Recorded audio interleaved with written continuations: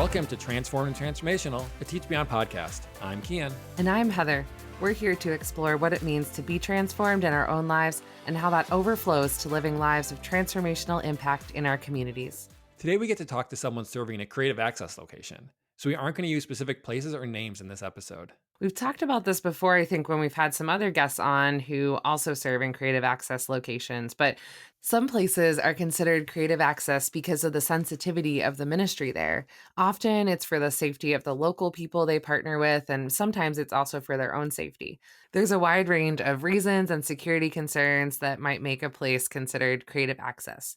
Today we are talking with Jonathan, a teacher who has been serving with TeachBeyond for 6 years in South Asia. Jonathan grew up in the Greater Toronto area, where he spent most of his life. Then he went to the University of Windsor, where he earned a bachelor's degree in English language and literature and creative writing, along with a bachelor's degree in education. Let's go over to that conversation now.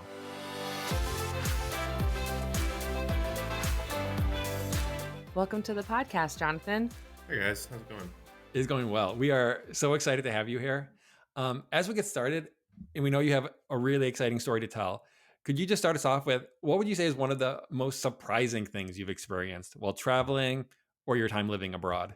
First of all, thanks for having me.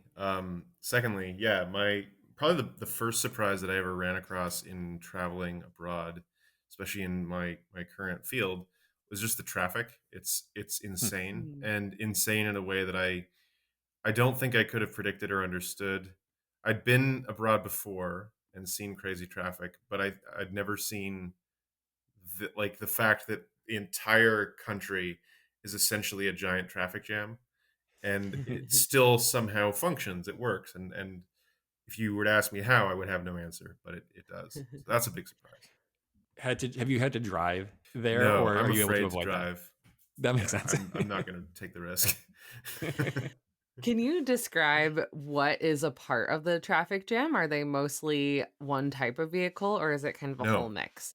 that's why it's so crazy. It's the whole mix. So you have compressed natural gas, baby taxis.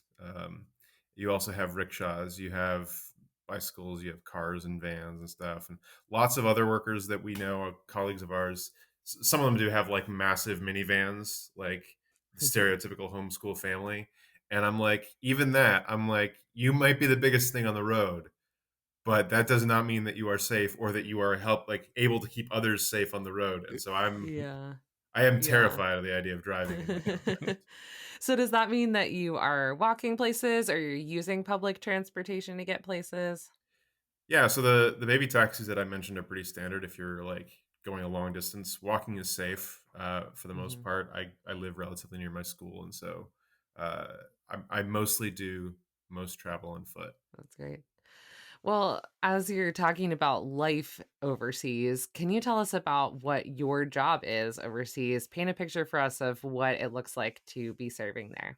Yeah, so I'm a teacher in an American curriculum school, and so it really doesn't look too different from a lot of the contexts that I was trained to teach in. Uh, we have a relatively small school, at least small by sort of Western standards. Most of the schools that I grew up in are bigger than this, and we're bigger than this. I get to teach middle school, high school, and so that has meant anywhere from 7 to 12, depending on what year it is. My subjects are English and various other English adjacent subjects. I've also taught history. I've taught what we call in our school moral education and ethics, and those are two separate classes. Um, and I've even done a couple of creative writing electives as well. So a wide range of things.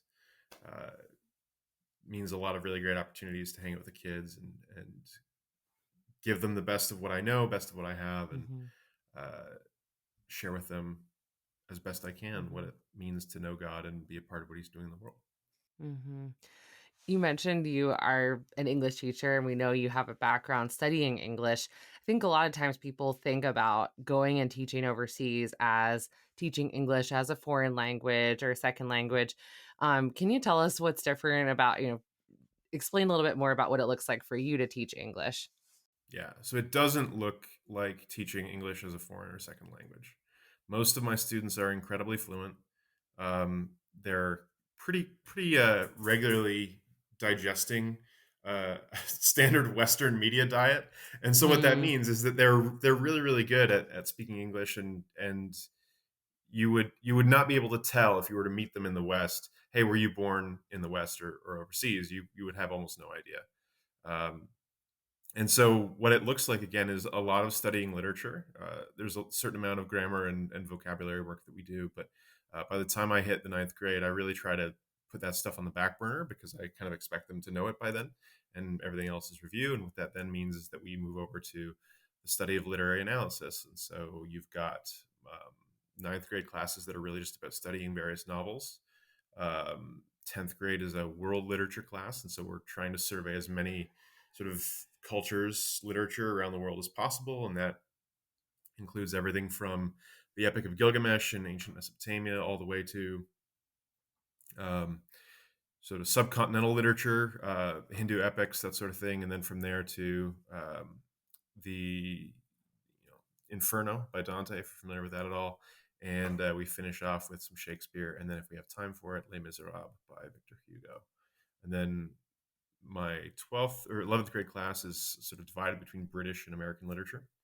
And then 12th is supposed to be 20th century literature, but it also is involved really in a senior project that involves um, students looking at a social issue that is impacting their country in some way and researching it in depth. And they then do a presentation on that at the end of the year. I've never been involved in that particular aspect of it, but I have taught the literature side of the 12th grade as well. So That's so interesting. It sounds like an advanced English class in America or in Canada, but this is in a foreign country where traffic is crazy. So, can you describe yeah. how you got there? How you got to that place? Maybe take us back to where it all started, what your childhood looked like, an experience of the sense to call to go into missions eventually. Yeah. So in terms of like childhood stuff, I grew up in church, and so I think probably the first major major factor in considering going overseas would really just be the fact that the stakes are high, right? I mean, the fact is that it's important that people know who Jesus is and what he did for them, and be in relationship with him, because um, knowing that means eternal joy with God forever, and um, not knowing it means clinging to your sin, and that means ultimately an eternity in separation from God. And so that means the stakes are really high, and that means we can't really afford to not care about this. We gotta go. And if there are people who haven't heard, then people need to go. And I think if my wife were here, she would tell you a lot about how she had grown up reading lots of like missionary biographies, and there was a certain amount of that for me as well. It was very clear to me, I think, even as a kid, even before I really knew Jesus in a meaningful way, that going overseas was something that still needed to be done so that people could know that Jesus is worth it, worth following, worth trusting, and worth living your life for. I love that. I love the sense of calling from such a young age and knowing that that is still something important. That's not something that just goes away. Can you tell us as you got older and were before going on the field, kind of what you were, where you were located, what you were feeling, what was your kind of your sense to actually make that move? Because as a kid, it's kind of fun to imagine that sort of thing, and then when it Mm. becomes a reality, like those are bigger, Yeah, harder decisions to make. yeah, yeah. So I grew up in a medium-sized city outside of Toronto, and so uh, you know, age 17, I went to a short-term missions trip to Bolivia in South America and saw some of the kind of poverty that you see in the third world, and I think that was really kind of where I almost started taking my faith in it, like in a more serious way, and that didn't necessarily secure my desire to go overseas, but it did, I think, lead me to a much more personal relationship with Jesus than I'd ever had before. And from there, I went to university in a, again, medium-sized city just outside of Detroit, and got into a lot of friendships with international students, including but not limited to Muslims. And there was one Muslim neighbor of mine who was very, very nominal. He drank like a fish and swore like a sailor. And I've been to mosque more times in the last decade than he has. He would not know the Quran from a phone book, and I don't say that to insult him, because he was a good friend, and is a good friend. But would defend Islam, and so that gave me a taste for comparison. It gave me a taste for looking at sort of these two worldviews and really the two gods behind those worldviews and behind these two books, and seeing the differences. And if you guys thinking about the Old Testament, for example, there's like kind of a refrain that shows up pretty consistently throughout it, and it's the refrain, "Who is like the Lord?"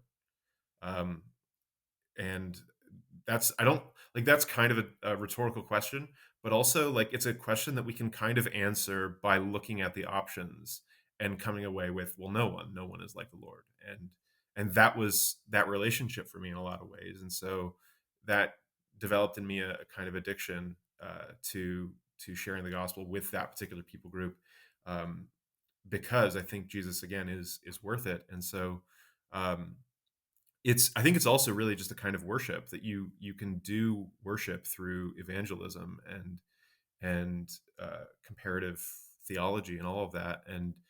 And so developing that desire to reach this kind of person, and then also recognizing that I'm single. I had a degree in English by a certain point. I had a teaching degree, and I was debt free relatively early on, thank God.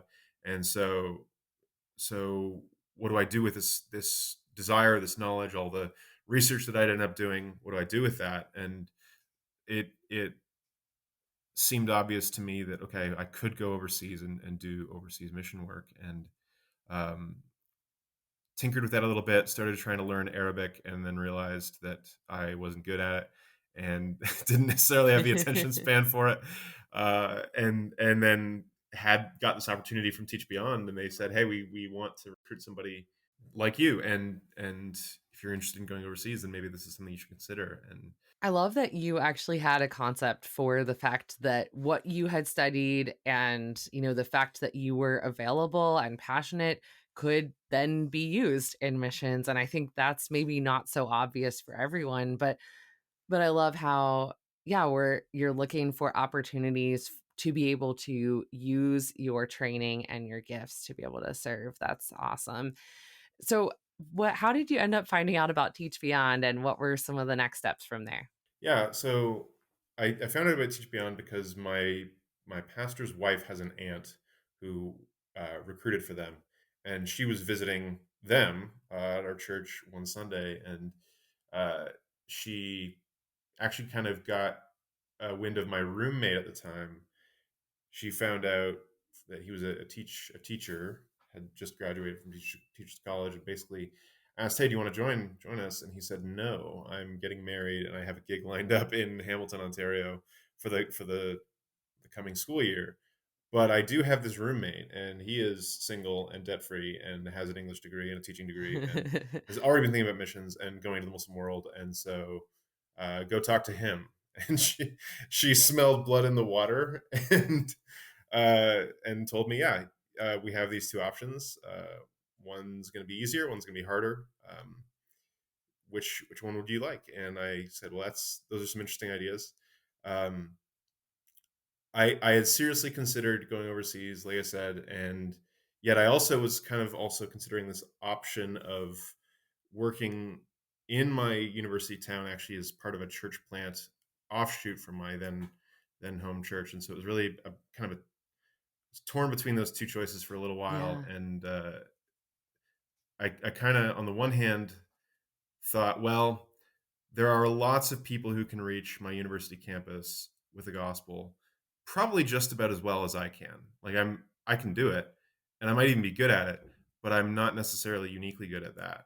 But I've done a lot of research in the area of Islam and again reaching Muslims with the gospel and stuff. And even though I'm not necessarily able to sort of penetrate all the sort of cultural um, divides between myself and wherever I might like to go, I do have a pretty good handle on how Jesus speaks to this worldview, and that does make me perhaps uniquely qualified to go over, especially since I don't have a lot of family connections yet. I wasn't married at the time, and had this degree that meant that I could go over there probably more effectively than a lot of my friends could. Um, didn't have anything tying me down, and so in the end, there was that. But then there was also, I think, kind of a special moment, I guess. I didn't I don't say this too often as part of the story, but just asking God, well, what do you want me to do next? And the impression that I got was, you go overseas, you go to South Asia. So Mhm.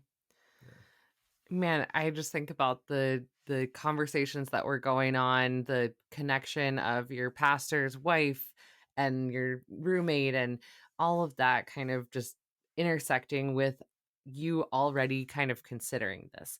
But I appreciate that this wasn't an easy, okay, yes, absolutely. I'm gonna, that's an obvious answer, that there was wrestling, that there were options that you were working through.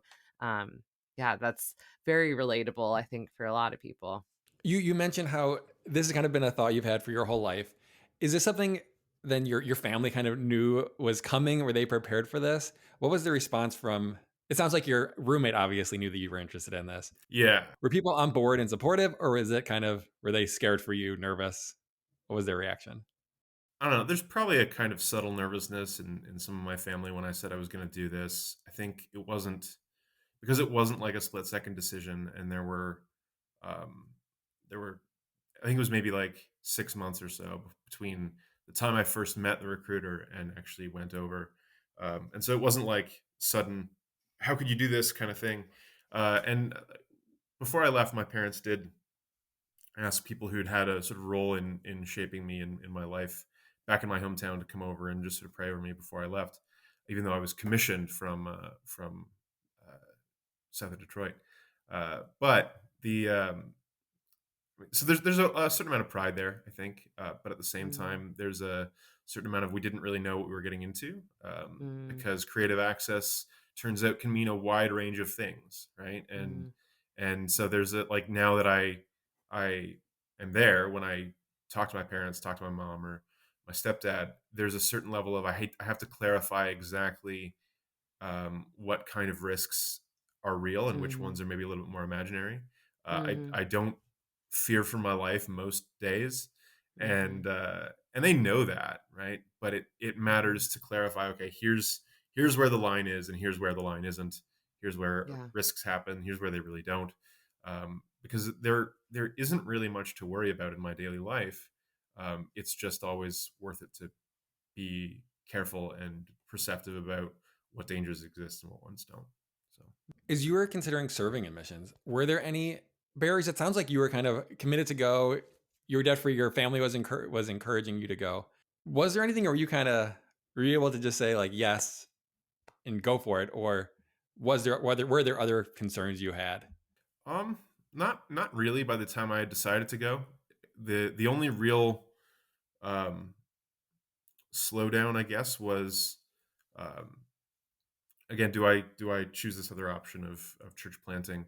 There were relationships that I missed early on and was sad to part from in some ways. People I had to leave behind, obviously, that I loved and cared for.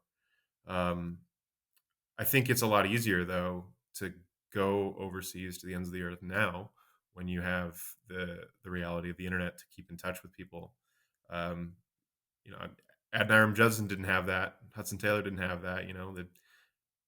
Those weren't options. You had mail, and that was it. I've definitely thought about that, how technology advances have changed what sacrifice looks like, right? And certainly there's still sacrifice involved from not being relatively close to a family member or something like that, but certainly the ability to communicate more readily is a different sacrifice than maybe never seeing them ever again. What was it like when you first, like right after deciding to move forward with this, you're getting ready to go? What were some of the thoughts in your head, the preparations, the initial arriving? Fill us in on anything you want to share about kind of that initial beginning of your ministry. I think because my students are also fluent in English, it felt like a pretty natural transition from where I was to where I was going. It didn't like the learning curve was not nearly as steep as it could have been, right? Hmm. Uh, Hmm. the reality is that it's wise to learn language well when you're in the field, and I did start that within my first semester of being there, and still in process there. But it's not as sudden or as stark a 180, I guess, as it might otherwise be. What was more striking to me was that because you have a culture that is maybe a lot more communal than really any that I had grown up with, the students wanted real relationship with their teachers, with me specifically, in a way that I never remember wanting from my high school teachers. It's just that's just not how the teacher student relationship works. I think in places like Canada or the U.S. But because there's a certain amount of reverence for that position um, in that culture, there's a real hunger for relationship there, and I Mm, felt very welcome at the time. Still do most of the time. I think that there's also a level of uh, the longer you stay, the more you see past the facade, I guess, and mm, in the same direction or in the opposite direction. They see past my facade in certain ways, and so mhm, it starts becoming perhaps a little bit more um, of a. It can get like rougher as a relationship, but also probably a lot more mm, real, and that's the mhm. trade off that you experience. What has it looked like to stay then, Jordan? Thinking about some of getting past some of those initial, okay, we're enjoying time together or we're learning from each other or whatever that initial phase was. What does it look like to really invest in a community and stay? It looks like being there as often as you can in the moments of hardship and crisis. Mm, Uh, it means choosing to overlook or to push past areas of the culture that are difficult and challenging to you, that maybe even are frustrating.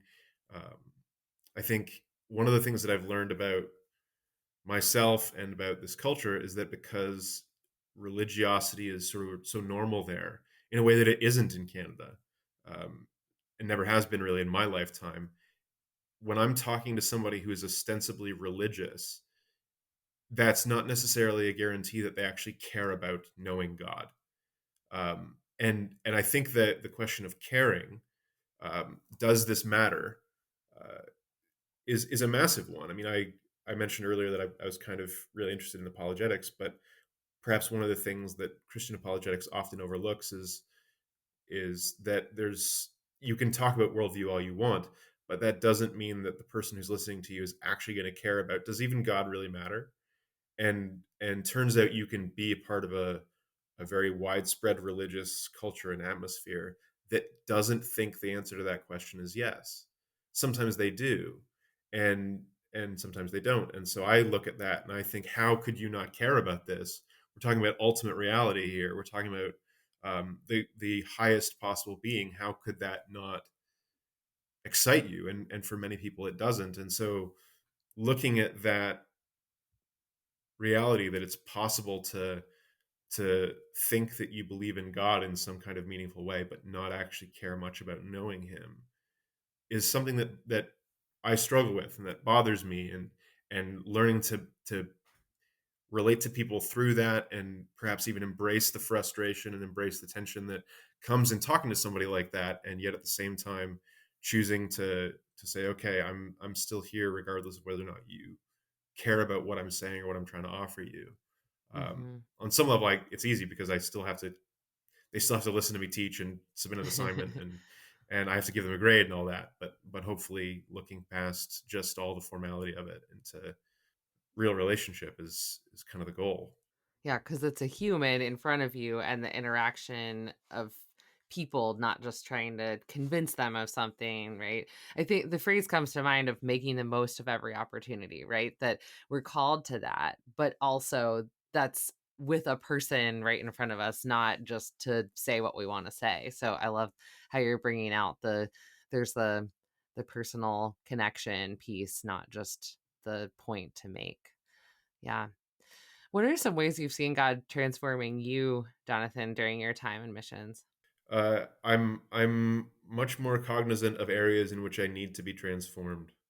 uh, Mhm, I don't know. I don't know if I get to say, "Hey, here's all the things that God has done with me in the time that I've been there." mm, Because I would hope that he's done more than I'm aware of. But I certainly know the areas in which I'm most in need.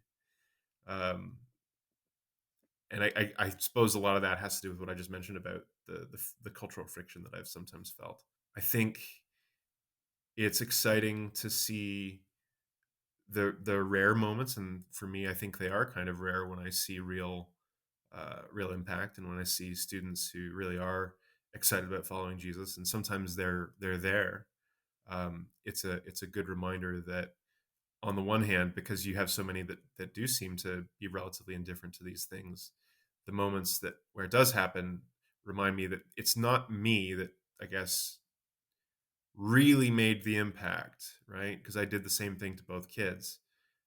It's God's Holy Spirit doing it in them and doing it occasionally, hopefully through me, and knowing that is humbling, I guess, and that's something that I know I need. So That's so powerful to hear how, yeah, God is working in you, transforming you, and then also the impact that that's having in your classroom to the students' lives. Can you tell us maybe a quick story in a minute or two about ways you've seen God at work in your ministry?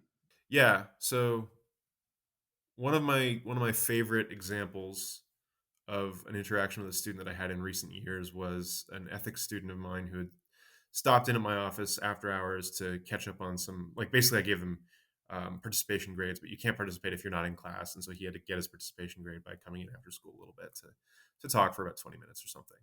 And so we talked about the issue of worship and what worship really looks like. And I had argued in class, hey, there's like, to worship something means to value it above all else, basically. And he said, well, hold on, because I think I value my parents above all else. Is that wrong? And I said, well, let's take a look at your religious sources. And we concluded that it turns out, yes, it seems like it's wrong. And so I'm like, all right, so let's talk about that. Uh, how much time have you spent valuing your parents over God?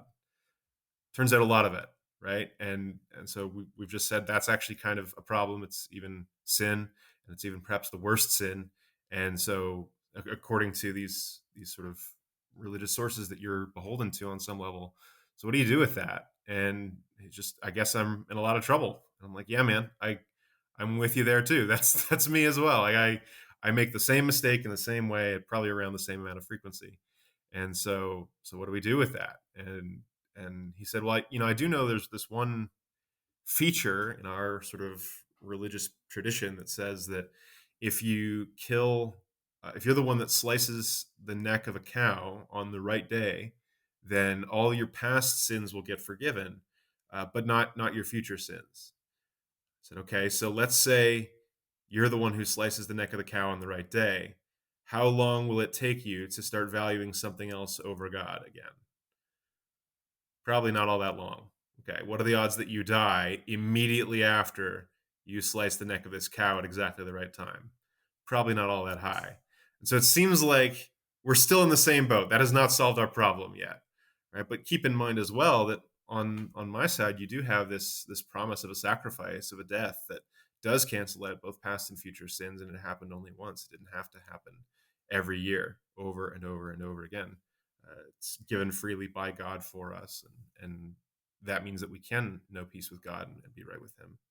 And that didn't lead the student to immediately, repent of sin and trust in Jesus for his salvation, but it did mean, um, on some level, using the the standard assumptions and building blocks of his own culture and worldview to explain the gospel in a way that hopefully made sense to him. I love that you were able to talk to him about his worldview and kind of really connect in focusing on what he believes, and then also talk about what you believe in your worldview. Um, can I ask, what do your students think of you being there? Somebody with like such a different worldview, having moved across the world to come teach English in a school. Are they thinking like that makes sense? Of course he would come, or are they confused by why you're there? In my experience, they're generally kind of confused. Like, they know a lot about our school. We don't hide very much about what we do or why as teachers, and so it's not like there's a disconnect between what they see and what we say. But there is a certain amount of skepticism about why a Westerner, a North American, would come to live in what is a third world country and do what we do, when the truth is probably we could be making more money somewhere else. And so they do ask that question. And why are you here? And my answer is pretty simple. I'm here for you. and they take that as the compliment that it is, as the compliment that I mean that. But then also recognizing that, hey, I think it matters that people from different perspectives are able to talk to one another in ways that make sense and are meaningful. Um, because I think it matters that, like, relationships matter, and to do relationship well means communication, and even communication between people who are different from one another. And I tell them pretty explicitly, hey, I'd already been studying your worldview pretty intensively before I got here, and I felt like I could probably do the most good in a place like this because of the work that I'd already done. And in the meantime, my goal is to foster greater and more effective communications between Muslims and Christians so that we can learn to live together in the world, and do good as best we know how. And they generally take that. There were a couple of moments recently, actually, where some students had told me, during some downtime, I used to really wonder why we had to learn all this Christian stuff in school when we're not Christians. But I'm really starting to see that it matters that we understand what you guys believe, because a lot of people on our side don't. And we try to tell them what you guys actually believe, because it matters that we get it right, and they don't listen to us. But we recognize that it does matter that, we're not just talking past each other or ignoring what we have to say. We like to ask the question, what's something you would want to tell your past self with the perspective you have now? So what comes to mind for that? I guess maybe just that, it might be surprising how often, or in what way, uh, certain details and certain events in your life start to build into, I guess, a clear picture of what you're here for, and why they happened. I didn't necessarily have this people group on my radar when I first moved into residence my first year of university, but it did happen that way. It did give me this desire to reach these people. And um, there were certain opportunities that I missed that didn't end up happening, that, if I had taken them, or if I had gotten them, probably wouldn't have led to where I am now. And so there's real purpose the in all the weird puzzle pieces that don't seem to make sense at first, right? There is a picture that shows up by the end of things, and I'm not even at the end. Exactly. Yeah. It's amazing to see how all those things come together. And as you said, realizing this isn't the end. There's more puzzle pieces coming together even now. Thank you so much for joining us today. We have one final question before we let you go, though, and that's an important question we ask all of our guests, and that is, what is one thing that's changing your life right now? So this can be something really big or really small. You can kind of take it whichever way you want. Heather and I will go first, so you have a little bit of time to think about it. And so the thing that's changing my life this week is I recently lost my wallet, which Oh is a no. big deal. And so I've been having to go through all the different bank accounts and different things, trying to replace all the different cards. So You lost it's it gone for, and didn't find it. Like it's just oh yeah, lost. it's gone. It's gone. So Oh so no. hopefully it's changing my life for a short period of time as I regather all the different things that got lost. Oh man. But for now it's too bad. It's missing. Yes, yes. Oh man. Do you suspect that and I just was curious, like, do you suspect that it got stolen from you or you misplaced it Pretty or sure I misplaced it, but I think I okay. misplaced it and someone has picked it up since then. Yeah, But it's a long time before you want to like cancel credit cards because you might find it again. But right. I gave Hmm. up after a few days. So Yeah. Ugh. yeah. Mine is such a small thing, but I'm hoping that one or both of you will somehow also resonate. But what's changing my life lately is I much prefer the new default font in Microsoft. It's Aptos instead of Calibri, and I'm just so happy about it. I don't know. Are either of you also, do you have an opinion about this? Times New Roman. Oh, you want to go Times back to Times New Roman. Okay, I okay. always do. All right. You change your Gian, I default back need to to times. know. I've been enjoying the new font. Definitely, it's a nice font. I enjoyed just the updates. I think it's so funny how they change something that's standard and it's like this is weird, and then eventually, oh, this is I like this. Yes, So I'm glad to know I'm not the only one enjoying it, but also more power to you with the Times New Roman. That's great, Jonathan. Well, what's changing your life, Jonathan? A couple things, I guess. One thing that most sticks out is last night I actually went on a very short road trip out to Ann Arbor to visit some students who are there, former students, Oh, and they're now cool. in university. And so we got to eat dinner with them last night and talk and catch up and see how they're doing. And they all seem to be doing pretty well. They were happy to see us, and so that was a major win. Oh, I'm sure that's such an encouragement to them to see familiar faces in this side of the world and to be able to share that time with them. That's great. Well, thanks so much for joining us for this conversation and for your work, and we really appreciate it. Yeah, thanks for having me, guys. Fun fact, if you were listening to episode 139 a little over a month ago, you would have heard Jonathan's wife, who shared about her experience of cultivating a love for learning in her music class. Yes, that was a really good story from his wife. For our weekly spotlight, we are focusing on opportunities for English teachers. As you heard on the episode today, TeachBeyond needs not only English as a foreign language teachers, but also secondary English teachers who will teach literature and writing and things like that. If you're interested in teaching English overseas, visit teachbeyond.org/go or click on the link in the show notes to learn more. Kian, Jonathan, and I serve with an organization called TeachBeyond. As you have heard, education plays a big role in missions, and TeachBeyond is a part of that. As followers of Jesus, TeachBeyond is a global community, providing transformational education services as part of God's ongoing mission to transform individuals and communities into all He intends. Want to learn more and get involved? Visit teachbeyond.org or follow us on social media. To help more people find the podcast and hear about TeachBeyond, we'd love it if you would leave a rating or review and share the show with a friend. Be sure you're subscribed or following the show on the platform where you listen, so you never miss an episode. And as always, you can reach us at podcast@teachbeyond.org. We'll see you next week.